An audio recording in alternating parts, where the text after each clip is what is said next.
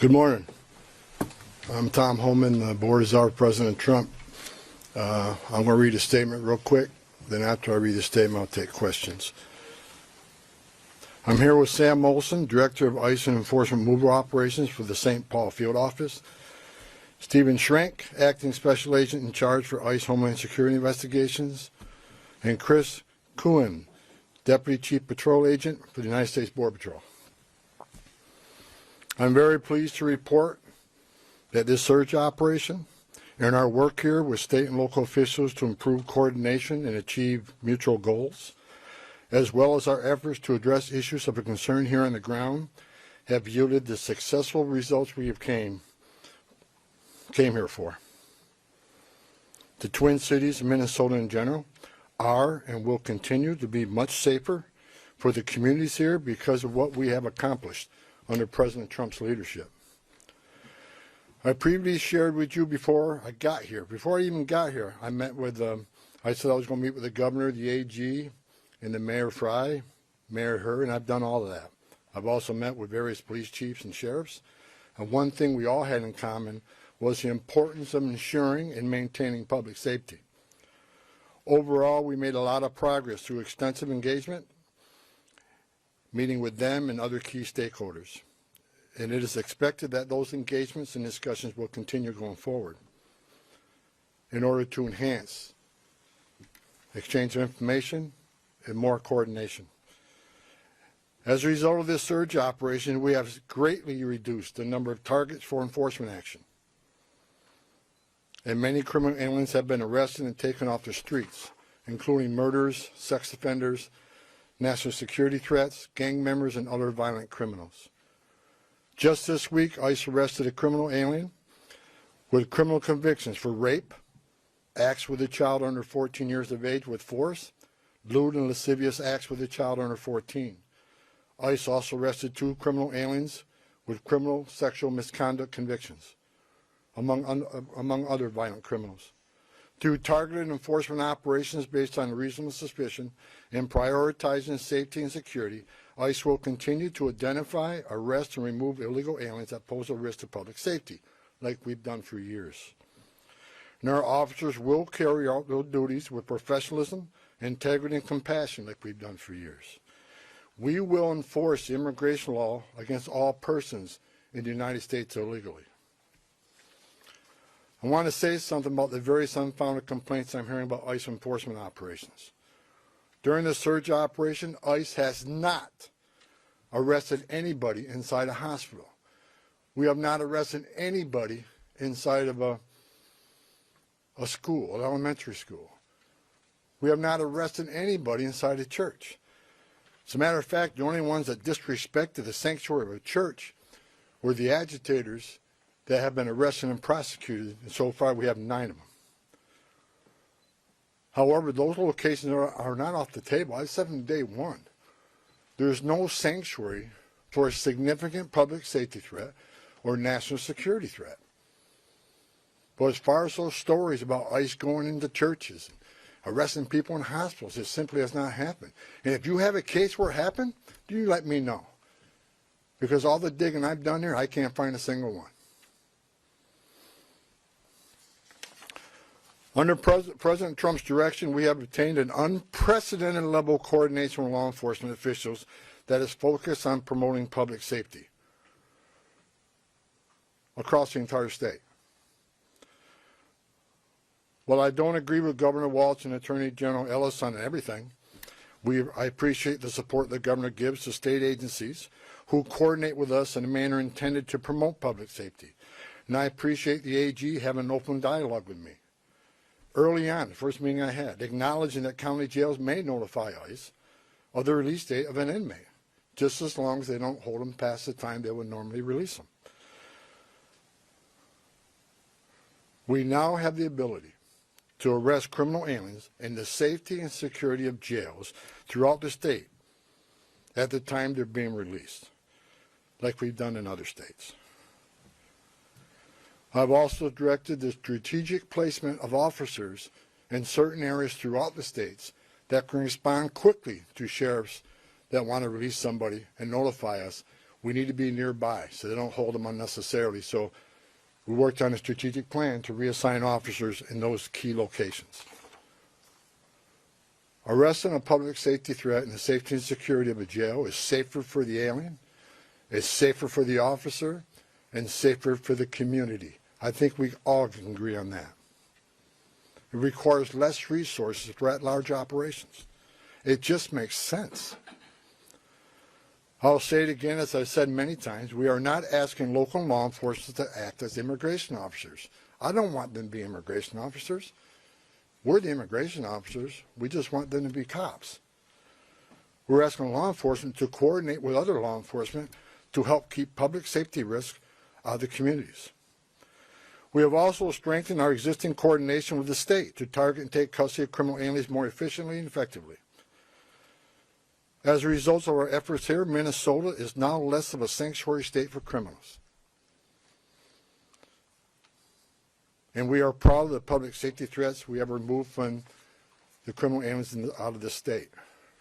As I said in my first press conference a couple weeks ago, President Trump didn't send me here because the operations were being run and conducted perfectly. I came here to identify issues and implement solutions to improve our mission execution. Since that time, in order to improve target enforcement operation, I and my team here, we made personnel changes. We integrated BP with the ICE teams. We established a single unified chain of command structure. We strengthened joint intelligence and targeting capabilities. We deployed body cameras. We increased the footprint of internal affairs. We commuted zero tolerance for misconduct. President Trump also deployed me here to work with state and local officials to de-escalate the intense, volatile reactions and conflicts that have unfolded on the streets here between federal law enforcement and unlawful agitators. While working to course correct and improve how enforcement operations are being run and executed here, and even before I was sent up here, I've been saying over and over that forcibly assaulting, resisting, opposing, impeding, intimidating, or interfering with a federal law enforcement officer is a crime in violation of USC 111. It's not okay and will not be tolerated. Zero tolerance if you cross that line and put hands on a nice officer. Not only is such activity unlawful, it is dangerous, and sadly we have seen tragic consequences, as well as adverse impacts on businesses and the communities here in the city. While the Trump administration supports everyone's First Amendment right to freedom of speech and assembly and to petition, it has to be done lawfully and peacefully. Because we will not tolerate unlawful actions committed by agitators who are just causing havoc. This is not the way to express your disagreement or try to reform federal laws. Go talk to your members of Congress if you want the laws changed in this country. Nor is doxing federal law enforcement personnel and their families. It's just not right. Enough is enough with this misguided, reckless, and shameful behavior. We don't want to see any more bloodshed. I don't want to see any more bloodshed. I pray every night for the safety of our law enforcement personnel and the safety of those in the community, whether you're here legally or illegally. I don't want to see anybody harmed. If you break the law, we're going to arrest you. We have already arrested more than 200 people for violations of USC 111.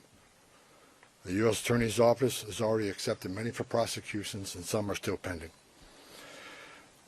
I have also received commitments from state and local law enforcement that they will respond if federal law enforcement is being impeded or assaulted. They will shut down unlawful agitator activity, including arresting agitators involved and seeing them follow through. And we're seeing them follow through on those commitments. We've seen this past weekend that the state and local law enforcement have taken actions when it comes to public safety.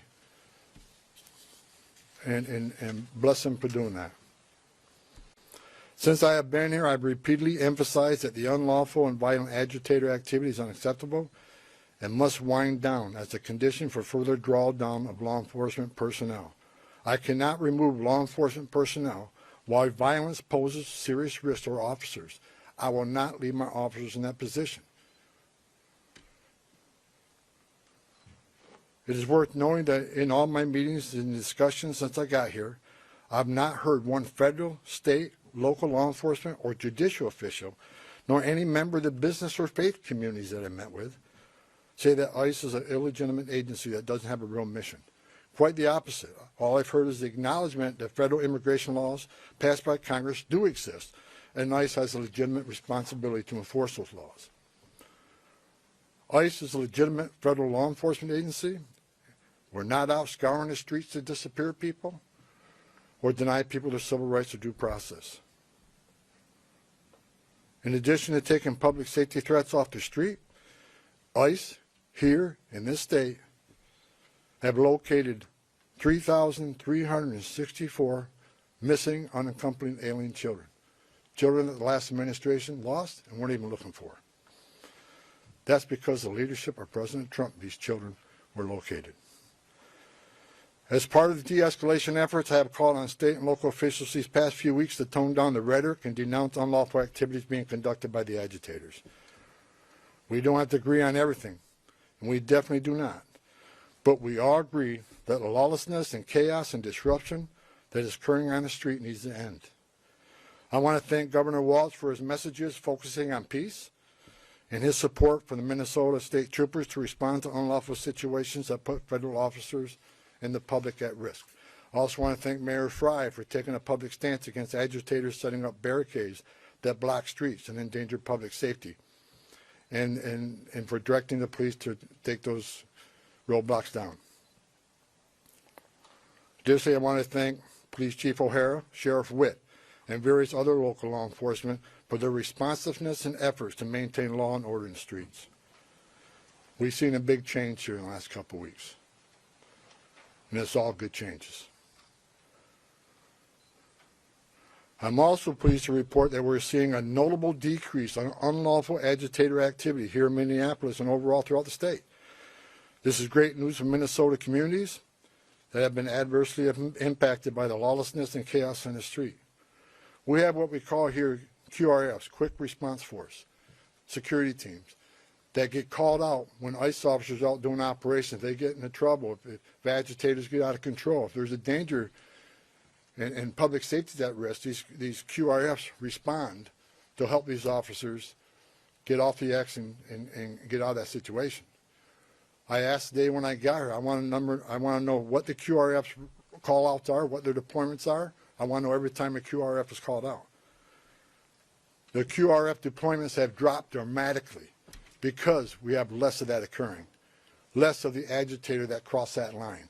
That is a good thing. That is a win for everybody, not just for the safety of law enforcement officers. It's a win for this community. With that, and success that has been made arresting public safety threats and other priorities since this surge operation began, as well as the unprecedented levels of coordination we have obtained from state officials and local law enforcement, I have proposed, and President Trump has concurred, that this surge operation conclude. A significant drawdown has already been underway this week and will continue through the next week. We have a lot of work to do across this country to remove public safety risk who shouldn't even be in this country, and to deliver on President Trump's promise for strong border security and mass deportation. Law enforcement officers drawn down from this surge operation will either return to their duty stations or be assigned elsewhere to achieve just that. We will continue to enforce Title VIII immigration law throughout this nation. Prioritizing national security threats and public safety risks makes sense. But I'll continue to say over and over again, if you are here in the country legally, you're not exempt from our immigration laws. If we encounter you, we'll take appropriate enforcement action. For those that say we are backing down from immigration enforcement or the promise of mass deportations, you are simply wrong. Look at the data. Record number of arrests and deportations under President Trump's first year. And we'll continue that effort. Prioritizing public safety threats and national security threats doesn't mean we forget about everybody else. We will take action on everybody else. That's just a stone cold fact. A small footprint of personnel will remain for a period of time to close out and transition full command and control back to the field office. as well as to ensure agitator activity continues to decline, and that state and local law enforcement continue to respond to ensure officer and community safety. Additionally, federal government personnel assigned to conduct criminal investigation into the agitators, as well as the personnel assigned here for the fraud investigations, will remain in place until their work is done. I will also remain on the ground for a little longer to oversee the drawdown of this operation and ensure its success. In closing, I want to thank the leadership and senior management that I've worked with for your efforts into these issues, determine deficiencies and challenges, present solutions, and implement improvements that will benefit how operations are run and executed nationwide. God bless the men and women of ICE, men and women of the Border Patrol. Appreciate everything you've done for us. Also, with sincere gratitude, President Trump and I want to thank the men and women of ICE and CBP and partner agencies who have been assigned here during Operation Metro Surge. You achieved a great success for the Minnesota communities. Thank you to your families as well, because I know they sacrifice also. Thank you, President Trump, for your vision, as well as your support and confidence in these brave, dedicated patriots that work hard to deliver on your strong commitment to law and order, public safety, prosperity for American communities. Today, we have the most secure border in American history. We are seeing record numbers of people being arrested and deported. Your promise to make America safe again is being played out every day on the streets of this country. I've said it many times. I worked for 6 different presidents, 10 different administrations. No one has done it better than President Trump. God bless this great country. I'll take questions now. We'll take a couple questions, no follow-ups. I'll start off with Frankie. Yeah. Mr. Homan, as immigration enforcement continues across the country here in Minnesota as well, how do you hope to gain the trust of individuals here that have kind of been wary of seeing federal officers on the street, but let's say 6 months from now, we still have the office here, we still are enforcing immigration across the country.